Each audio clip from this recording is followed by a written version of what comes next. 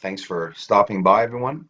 This is a very important and interesting video. We're looking at a lot of X-ray photos right now, and it brings out the surface that what looks very flat, we can see prominent ridges and even a tower inside of a square base right here in the center.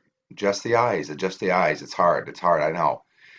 It's a hard process adapting your eyes to the intake of light, how your eye reacts to the light stimulation, the stimuli, as your cone cells in your eyes, triggered by the stimulation of the light, will give your brain back an image.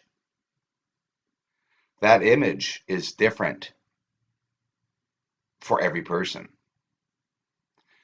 Do you understand that? What I just said is that if you and I sit down in a room and watch a monitor with 50 photos, not one of those photos will be seen the same way between you and I, because our eyes will react to light stimuli and give back an immediate response, a triggered response instantaneously, like an eye, like a camera lens eye, to give us the image. And the image will differ a lot between people. Yeah, far-fetched, some will say, but it's not. It really is not.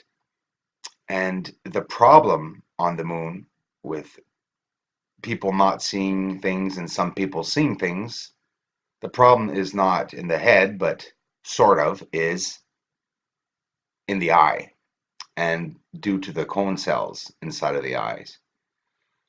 A lot of research that I've been doing in this, and like I said, I'm still researching the moon, but it's brought me into researching how the human eye works and functions, because filtering a camera, there's two factors in everything. It's not just about filtering, putting a filter in front of the camera. It's how your eye is going to react to that filter and what you are going to see. I see 3 tunnels sticking out of a blue area here with a bump on the bottom right. Some people might see a circle or 2 tunnels coming out. Depends on how your eye will react, of course, to the stimulation of the light. As you're looking here on the surface, this is where that supposed spaceship was. But I just love looking at the surface and the terrain there. This is an energy source, something very important and quite complex on the surface of the moon, and only this section of the moon in the southern highlands has this color and type of holes on the surface. Now, why are we getting back color, guys? Well, this is the white surface, completely white, that everyone always gets in their pictures. And it's a very small area. So much to explain to you guys. These areas that I'm getting are a quarter size of a penny. And if I'm zooming it up to get all the detail in it, it is hard to compare to photos. Don't compare them to the photos, because the sections that I'm getting are in little holes and crevices quite often. I've mastered the way of magnifying, using magnification and clarifying photos to get small photos to a bigger size. There's an optical limit, of course, but this is very real. Because of the color of the moon, the rainbow, the spectrum of the rainbow, from all the colors of the rainbow, is shooting back to us. Cone cells in our eyes are reacting to the light stimuli and sending our brain an image of a white flat surface. And it's not. The surface of the moon is extremely colorful. That's the thing. It is extremely colorful. Now, color vision is an ability of an organism or machine to distinguish objects based on the wavelengths or frequencies of the light they reflect, emit, and or transmit. Colors, guys, can be measured and even quantified in various ways. Indeed, a person's perception of colors is subjective process whereby the brain responds to the stimuli that are produced when incoming light reacts with the several types of cone cells in the eyes. In essence, different people see the same illuminated object or light source in different ways. It's like, it's mind-boggling. Isaac Newton, he discovered the white light. Okay, he discovered that it splits into component colors. And how did he do this? By passing a white light through a dispersive prism.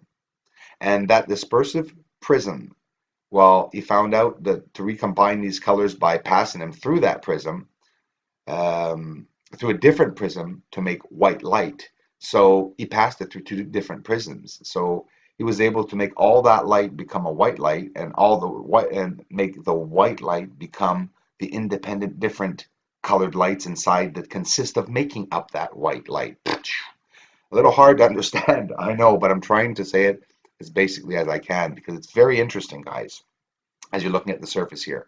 Understanding what's going on, you're looking at infrared, X-ray shots of the surface of the moon. They're not manipulated in any way except for the wavelength, of course.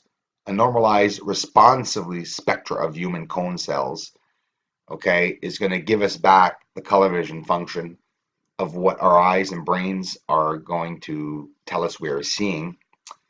It's all about, to allow the perception of the color. It's hard, really hard to understand. But cone cells or cones are one of the three types of photoreceptor cells, guys. Okay, it's in the retina of mammalian eyes.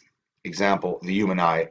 They are responsible for color vision and function best in relatively bright light, as opposed to rod cells, which work better in dim light.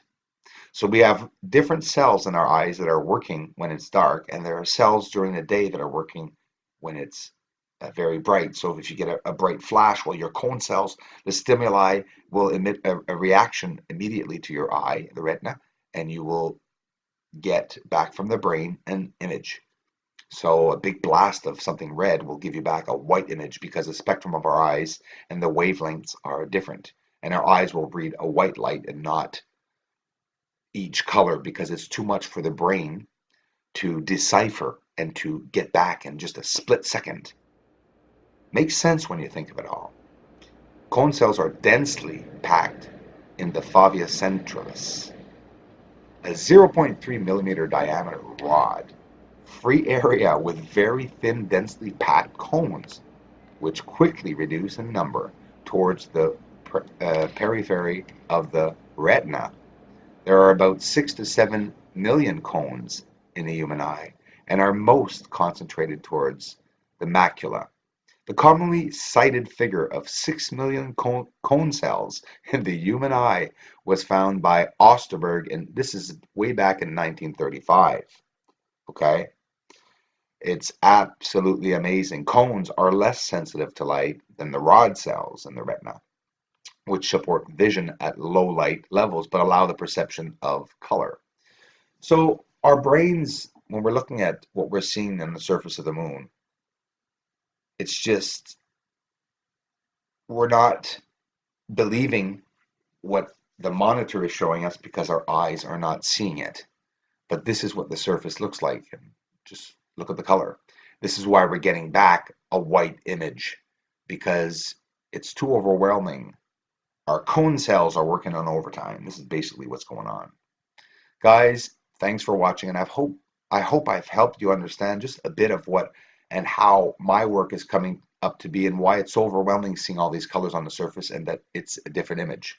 I thank you very much for following my research, for subscribing, contributing, the feedback, everything, taking the time to view the channel. Love you all. Thanks a lot, guys.